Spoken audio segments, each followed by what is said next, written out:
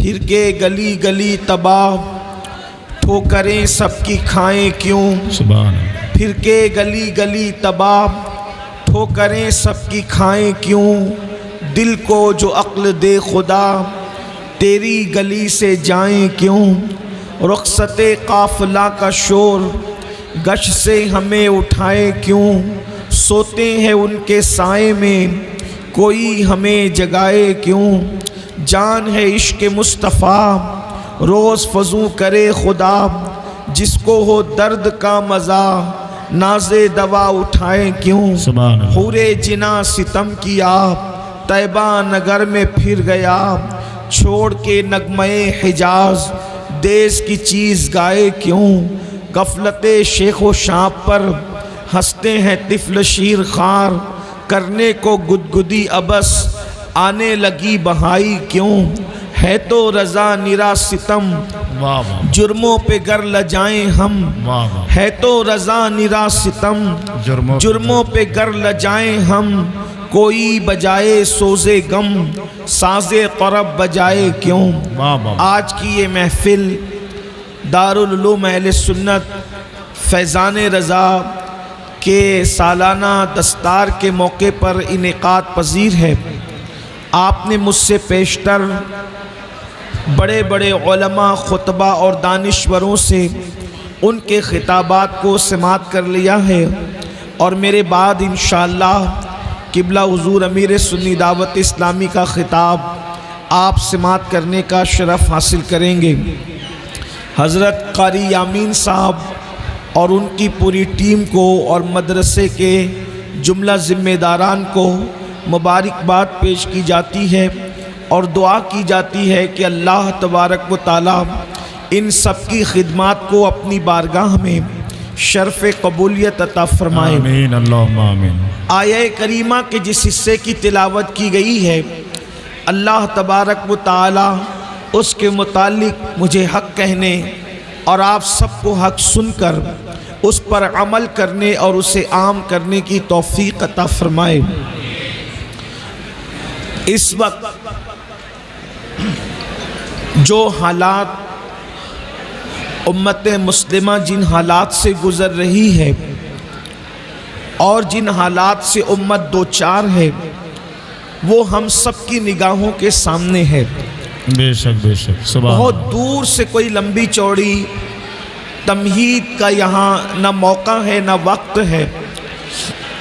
اگر آپ گفتگو سننے کے موڈ میں ہیں تو میں چاہتا ہوں کہ آپ کی توجہ میری طرف ہونی چاہیے، گفتگو کی طرف ہونی چاہیے۔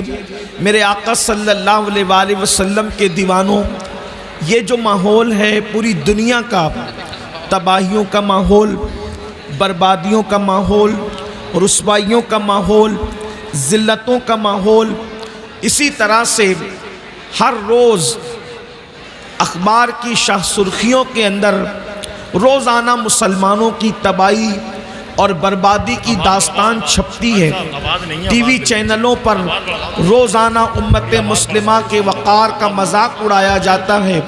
ان سارے حالات میں مسلم امہ جس تباہی کے دہانے پر پہنچ چکی ہے، کوئی کہتا ہے اس کی وجہ کچھ ہے، کوئی کہتا ہے کچھ ہے۔ غرض کے دانشور اپنی اپنی آرا پیش کرتے ہیں اور ہم روزانہ کم و بیش سنتے رہتے ہیں۔ کوئی کہتا ہے یہ وجہ ہے، کوئی کہتا ہے یہ وجہ ہے، کوئی کہتا ہے یہ وجہ ہے، لیکن قرآن و سنت کا اگر ہم جائزہ لیں تو ہمیں یہ بات سمجھ میں آتی ہے کہ ہماری تباہی اور بربادی کی سب سے بڑی ایک ہی وجہ ہے اور اسے گناہ کہتے ہیں۔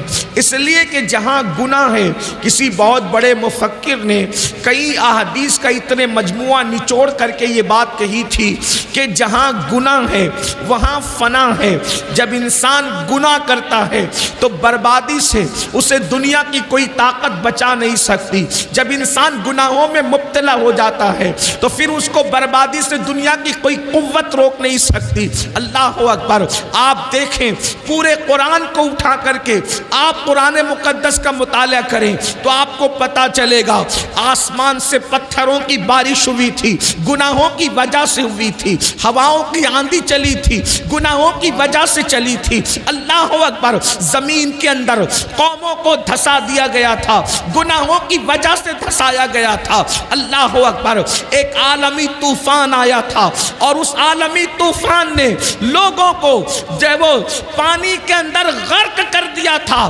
آج بھی تاریخ کے انمٹ نقوش پکار پکار کر ہمیں عبرت کی دعوت دے رہے ہیں کہ لوگ اگر دھسے ہیں زمین میں تو گناہوں کی وجہ سے، پتھروں کی برسات ہوئی ہے تو گناہوں کی وجہ سے، چہرے سور اور بندروں کی طرح ہوئے ہیں تو گناہوں کی وجہ سے۔ اور میرا اللہ قرآن میں واضح طور پہ ارشاد فرماتا ہے وَمَا أَصَابَكُم مِّن مُّصِيبَةٍ فَبِمَا كَسَبَتْ أَيْدِيكُمْ، کہ تم پر جو مصیبت آتی ہے وہ تمہارے گناہوں کی وجہ سے آتی ہے۔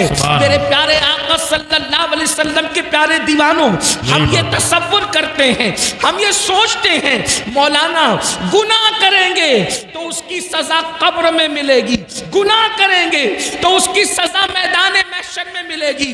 حالانکہ ایک مسلمان کو اگر یہ یقین ہے کہ میرے گناہ کی سزا مجھے قبر اور میدان محشر میں ملے گی، تب بھی تو اس کو گناہ نہیں کرنا چاہیے، اس لیے کہ نہ قبر میں گناہ برداشت کرنے کی طاقت ہے، نہ حشر میں گناہ کا عذاب برداشت کرنے کی طاقت ہے۔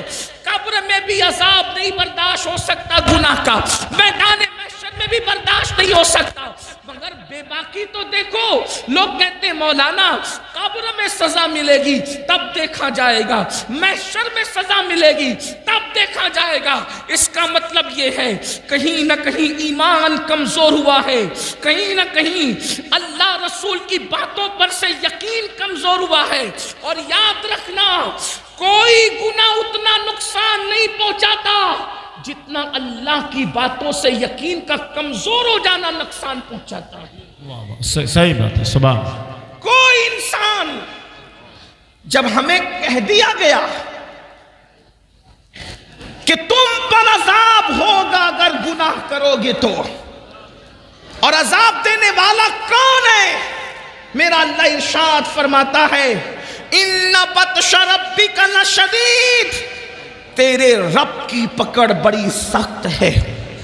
اللہ اگر کسی کو پکڑے، اللہ کسی کی پکڑ کرے، اللہ رب العزت کسی کا محاسبہ کرے، اللہ اکبر، ذرا سوچو تو صحیح، اگر میرا اللہ ہمارے سر میں درد دے دے، صرف انسان کے سر میں درد ہو تو رات بھر وہ کروٹیں بدلتا ہے، اس کو نیند نہیں آتی۔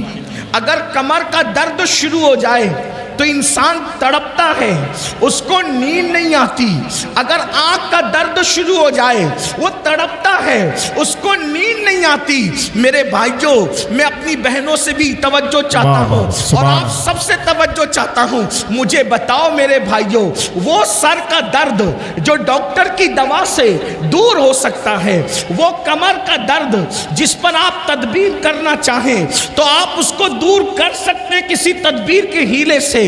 اب آپ مجھے بتاؤ، جب سر کے درد پر اتنا تڑپتے ہو، جب کمر کے درد پر اتنا تڑپتے ہو، جب آنکھوں کی تکلیف پر اتنا تڑپتے ہو، تو اللہ اکبر، جب میرا اللہ قبر میں عذاب مسلط فرمائے گا، جب میرا اللہ میدان محشر میں عذاب مسلط فرمائے گا، اس وقت اپنا کیا بنے گا؟ اللہ اکبر، مسلمان ہو، اپنے نبی کی بات پر یقین کرو۔ تو میں عرض یہ کر رہا تھا، اگر آخرت میں بھی عذاب کا تصور ہوتا تو بھی بہت بھیانک بات ہے، عذاب تو ہم برداشت ہی نہیں کر سکتے۔ مگر سن لو، انسان کے گناہوں کی سزا صرف اس کو آخرت میں نہیں ملتی، بلکہ انسان کے گناہوں کی سزا اس کو دنیا میں بھی ملتی ہے۔ انسان کے گناہوں کی سزا اس کو دنیا میں بھی آتی ہے۔ اللہ اکبر، اللہ اللہ۔ آئیے میں آپ کو بتاؤں، ایک بزرگ فرماتے ہیں کہ جب میں رات رات کو گناہ کرتا ہوں، جب میں رات کو گناہ کرتا ہوں تو صبح میں دیکھتا ہوں کہ میری سواری میری نافرمانی کرتی ہے، یعنی میرے رات کے گناہ کا اثر میری سواری سے بھی ظاہر ہوتا ہے۔ میری سواری میری موافقت نہیں کرتی، میری سواری میری بات نہیں مانتی۔ اللہ اکبر! اندازہ فرمائیں، اس کا مطلب یہ ہے اگر سواری موافق نہ ہو، انسان کی موافقت نہ کرے تو اللہ اکبر وہ یہ گناہ کا اثر ہے۔ فرماتے ہیں چراغ جو بجھتے ہیں وہ بھی گناہوں کی وجہ سے، ٹھوکر جو لگتی ہے وہ بھی گناہ کی وجہ سے، اولاد جو نافرمان ہوتی ہے وہ بھی گناہ کی وجہ سے۔ گناہ کو کیا سمجھتے ہیں، گناہوں کو کیا سمجھ رکھا ہے؟ آج ہر ماں باپ شکایت کر رہے ہیں، مولانا میرا بچہ فرما بردار نہیں ہے۔ میں کہتا ہوں تم نے اللہ کی فرما برداری کی ہوتی تو شاید تمہاری اولاد تمہاری نافرمان نہ ہوتی۔ مجھے بتاؤ جو اللہ کی نافرمانی کرے اس کی اولاد اس کی فرما برداری کیسے کرے؟ تو یاد رکھنا جو ماحول ہے صرف گناہ کی وجہ سے، مسلمانوں گناہ کرنا چھوڑ دو، گناہ کرنا چھوڑ دو، اللہ سے رشتہ جوڑ لو، پھر دیکھو کیسے کرم کی برسات ہوتی ہے، پھر کیسے چھما چھم کرم برستا ہے۔ اب یہاں ایک بات یہ کہنے میں آتی ہے کہ حضرت ٹھیک ہے گناہ کی بات تو روزانہ ہی سنتے ہیں، گناہ چھوڑنا چاہتے ہیں، گناہ سے چھٹکارا نہیں ملتا، یہ بات ہے۔ کوئی مسلمان ایسا نہیں جو گناہ کرنا چاہتا ہو، گناہ چھوڑنا چاہتے ہیں، چھٹکارا نہیں ملتا۔ بالکل ایسے ہی جیسے چور کمبل چھوڑنا چاہتا ہے لیکن کمبل چور کو نہیں چھوڑتا، تو گناہ سے چھٹکارا کیسے ملے؟ کوئی کہتا ہے یہ کرو وہ کرو وہ کرو وہ کرو، میں نے کہا کچھ نہ کرو، ایک بات کرو بس۔ اگر گناہ کی دنیا سے نکلنا ہے، اگر گناہ کے دلدل سے نکلنا ہے، اگر گناہ کی نحوست سے نکلنا ہے، اگر گناہ اور جرائم سے ہجرت کرنا ہے، میری بات نہ سنو، کسی کی نہ سنو، اللہ کا فرمان سنو۔ گناہ سے بچنے کا سب سے بہترین دستور قرآن میں موجود ہے۔ اگر گناہ سے نکلنا ہے تو میرا اللہ فرماتا ہے نماز پڑھنا شروع کر دے، تو خود گناہوں سے نکلتا چلا جائے گا، کیونکہ نماز میں اتنی طاقت ہے، نماز میں اتنا پاور ہے۔ اللہ ارشاد فرماتا ہے ان الصلاۃ تنہا عن الفحشاء والمنکر، بے شک نماز ہر برائی سے اور بے حیائی سے روک لیتی ہے۔ پتہ چلا نماز پڑھو گے، سجدہ کرو گے، خود بخود دل میں گناہ سے نفرت پیدا ہوگی، برائیوں سے نفرت پیدا ہوگی، جرائم سے نفرت پیدا ہوگی۔ اور سن لو یہ جو دماغ کے اندر خبط چڑھا ہے نا، مولانا میں گنہگار ہوں، میں کیا نماز پڑھوں؟ میرے عزیز یہاں گنہگار اور نیکی کا کوئی مسئلہ نہیں ہے۔ میرے نبی نے تو انسان کو اللہ سے جوڑنے کے لیے کتنا خوبصورت قانون عطا کیا، کتنا حسین قانون عطا کیا۔ ایک بات آپ کو بتاؤں، حدیث میں جو ہے اس پر ہمارا ایمان ہے، حدیث میں جو اس پر ہمارا یقین ہے۔ اللہ کے رسول نے فرمایا جس وقت بندہ سجدے میں چلا جاتا ہے، اللہ اور بندے کے درمیان جتنے پردے ہوتے ہیں اللہ سارے پردوں کو اٹھا دیتا ہے۔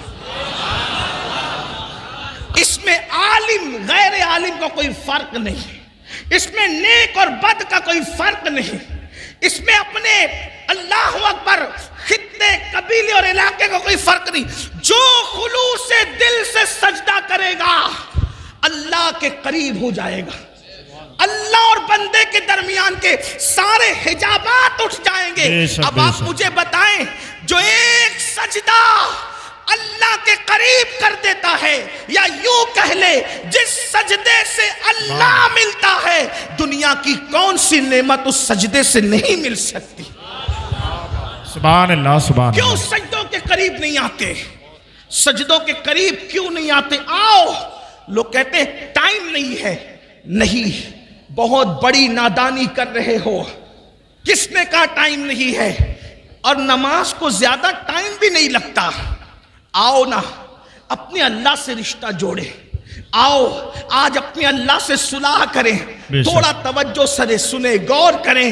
اللہ کے بندو 24 گھنٹے ایک دن میں ہوتے ہیں، ایک دن میں پورے 24 گھنٹے، ان 24 گھنٹوں میں 5 نمازیں ہیں، ایک نماز کو صرف 10 منٹ کا وقت لگتا ہے، اور میرے جیسا آدمی اگر اجلت میں جلدی جلدی پڑھ لے، جسے کچھ آتا ہی نہ ہو، تو وہ 8-7 منٹ میں بھی ایک وقت کی نماز پڑھ سکتا ہے۔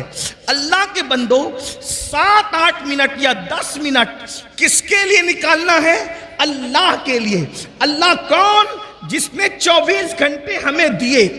اللہ نے 24 گھنٹے ایک دن میں ہمیں دیے، یہ تیرے لیے بندے، پوری زندگی اس نے دی، رزق اس نے دیا، روزی اس نے دیا، زندگی اس نے دیا، خوبصورت آنکھیں اس نے دی، حسین و جمیل بال اس نے دیے، لباس اس نے عطا کیا، طاقتور جسم اس نے عطا کیا، آسمان سے پانی اس نے نازل کیا۔ بتاؤ تو صحیح، یہ پیار کرنے والے ماں باپ اس نے عطا کیے۔ مسلمانوں تھوڑی دیر ذرا سوچو، اگر دنیا میں انصاف موجود ہے، اگر دنیا میں وفا موجود ہے، آپ سے پوچھتا ہوں ایک گلاس پانی اگر کوئی ہمیں پلا دے، ہم تھینک یو کہہ کر اس کا شکریہ ادا کرتے ہیں۔ روح افزا کا ایک گلاس شربت اگر کوئی ہمیں پیش کر دے، ہم اس کا شکریہ ادا کرتے ہیں۔ کوئی نوکری 5-10 ہزار کی دلا دے، اس کا شکریہ ادا کرتے ہیں۔ مسلمانوں میں کوئی تقریر نہیں کر رہا ہوں، لیکن آپ سے صرف توجہ چاہتا ہوں، دل کا درد ہے۔ ارے نادان انسان، اگر دنیا میں وفا موجود ہے، آواز دو وفا کو۔